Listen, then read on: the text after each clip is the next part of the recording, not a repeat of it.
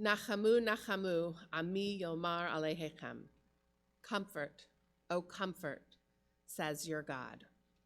These words from the book of Isaiah are the beginning of the Haftarah for the Shabbat that follows Tisha B'Av, an annual day of fasting and mourning that commemorates the destruction of the first and second temples.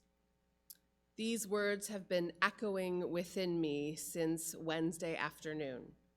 I keep coming back to them like a sing-song incantation. Nachamu, nachamu, comfort, O comfort, says your God. I don't have news alerts on my phone. I intentionally have not put them on. Those who know me well know that if something important's going on, something that I need to know in real time, they have to text me or call me. So when I saw a message from one of my clergy colleagues asking, "Are you watching the news?" I knew something was wrong. When my colleague texted back to tell me that protesters were storming the Capitol, I felt shocked. I was shaky, confused, and in disbelief. But in spite of that, instead of turning on the TV or going to a news website to gain more information, I instead clicked the link for my next Zoom appointment, a meeting with a student studying for conversion. And after that, I met with someone learning Torah for a second bar mitzvah, and after that with someone interested in beginning the conversion process. The hateful, criminal, violent, and disgusting acts of Wednesday were intended to interrupt and upend well-established processes of our democracy. It occurred to me that the best thing I could do in that moment, the most powerful action I could engage in, was to teach Torah, to listen to the words of our ancient text read by an octogenarian preparing to celebrate bar mitzvah for the second time, and yes, to throw open the doors of Judaism to one who seeks to be part of our sacred community. We are shaken and confused. Our souls are storm-tossed. Nachamu, nachamu, ami yomar alehechem.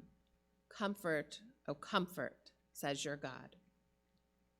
One of the ways we are comforted is by voices of reason and inspiration. On a call led by our Reform Movement leaders this afternoon, Rabbi Rick Jacobs reminded us that we have been threatened, persecuted, and worse before.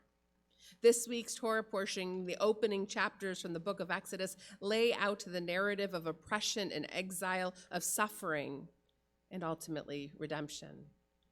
We are not strangers to hardship, and yet we endure. Rabbi Jacobs reminds us that we are the descendants of Moses, a truth teller who stood up to the all-powerful Pharaoh. And so we too, in our time, must stand up for that which is good and right and true. Rabbi Hera Person, the CEO of our movement's rabbinic body, emphasized that our hope must never fade. In a powerful message, Rabbi Person recognized that many tears were shed, and it was heartbreaking seeing our democracy trampled. And, she asserted, I will not let my heart shatter, because I need a heart to help guide me out of despair and into hope. She beautifully described how a shattered heart cannot withstand the vitriol and divisiveness around us. A shattered heart is a defeated heart that cannot respond with care and compassion, something we must refuse to give into.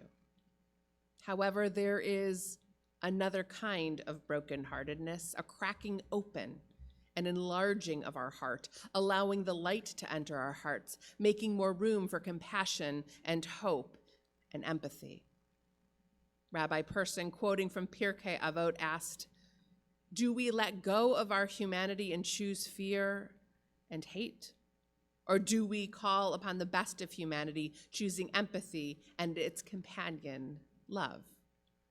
She charges us to let our hearts crack open just enough to let in light and hope and love and compassion. It is profoundly painful when our hearts crack open. It's a crushing hurt to be brokenhearted, and yet The pain reminds us that this is important and matters in a real way. To feel nothing would be worse. As Martin Luther King said, our lives begin to end the day we become silent about things that matter. Our pain is an arrow to that which matters, to that which gives meaning and direction to our lives, to that which is worth fighting for and defending. Nachamu, nachamu, ami yomar Elohechem. Comfort, oh comfort, says your God. This verse is commanded to the prophets, to the chieftains, to the leaders, to be a source of comfort to the people. It is an action, and we are the commanded ones to be the comforters. It is through one another that we will find comfort and draw strength and persevere. Comfort is not a magic pixie dust that God will drop upon us, rather the good works and kindnesses we show one another. These will bring comfort to the aching soul, the defeated spirit. The acts of tzedakah to organizations that need our support to fight for justice. The loving gesture to help those in need. The kind words to those often neglected. The listening ear to those who feel abandoned by their communities. The patient help we offer one another to do that which is too hard and too heavy to do alone. That is the kind of comfort that will shore us up for the work that we are called upon to do. The events of this week painfully reminded us that the hatred and festering plagues of anti-Semitism, racism, and white supremacy that remain very much alive in our country are all around us. The antidote to that hatred is the strong persistence and vigilant efforts that affirm truth and justice alone reign supreme. In his work, Likutei Moharan, Nachman of Breslov comments on the verse, Nachamu, Nachamu. He writes, all the troubles, hardships, and exile are only as difficult as one's lack of knowledge.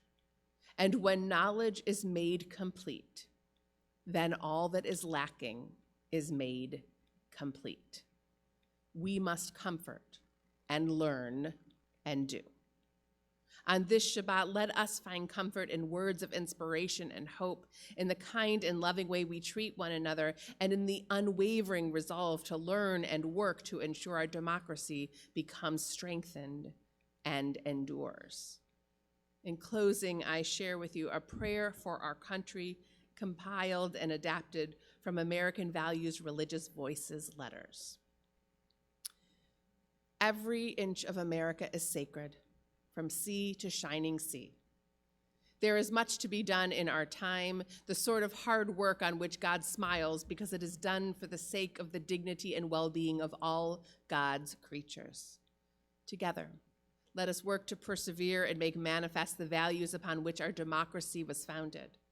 The task of all people of faith is to call governing authorities to fulfill God's purpose of bringing about justice, mercy, and peace. Individually and as a nation, may we heed our obligations to each other as we navigate the tensions of building a just society. Rather than a politics of divisiveness, we may move our country towards a politics of empathy. May we use our power well, so we do great things for all God's creatures, all those made in God's image who yearn for an equal place at America's table. If we do all this, may grace and peace be ours in abundance. May we be a beacon and a blessing to the world. Amen.